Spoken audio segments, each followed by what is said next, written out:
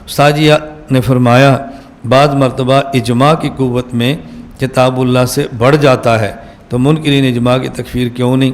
یہ بات میں پہلے آپ کی خدمت میں عرض کر چکا ہوں۔ دیکھو، نماز فرض ہے، نماز کے لیے وضو فرض ہے، توجہ رکھنا، نماز فرض ہے، نماز کے لیے وضو فرض ہے۔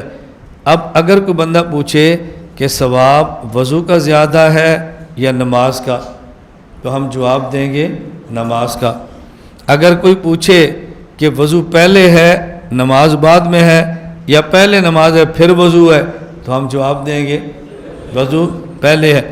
گو وضو کا اجر کم ہے، گو وضو عظمت میں نماز سے چھوٹے درجے کا ہے، لیکن وضو پر نماز موقوف ہے۔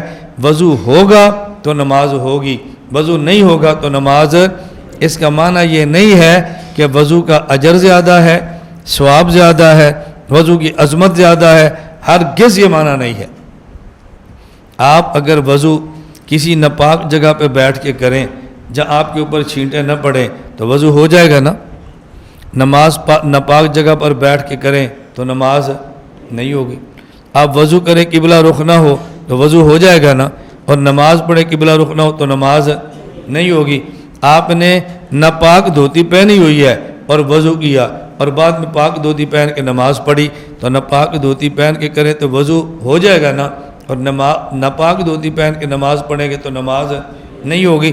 اب دیکھو، اجر اور عظمت میں وضو کم ہے، نماز زیادہ ہے، لیکن وضو موقوف علیہ ہے، نماز موقوف ہے۔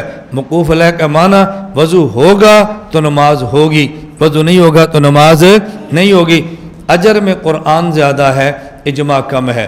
عظمت میں قرآن زیادہ ہے، اجماع کم ہے، لیکن اجماع موقوف علیہ ہے اور قرآن موقوف ہے۔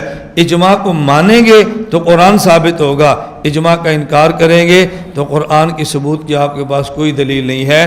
اب دیکھو، اس اعتبار سے اجماع قرآن پر بھی مقدم ہے تو اجماع کتنی مضبوط دلیل شرعی ہے، اجماع کتنی مضبوط دلیل شرعی ہے۔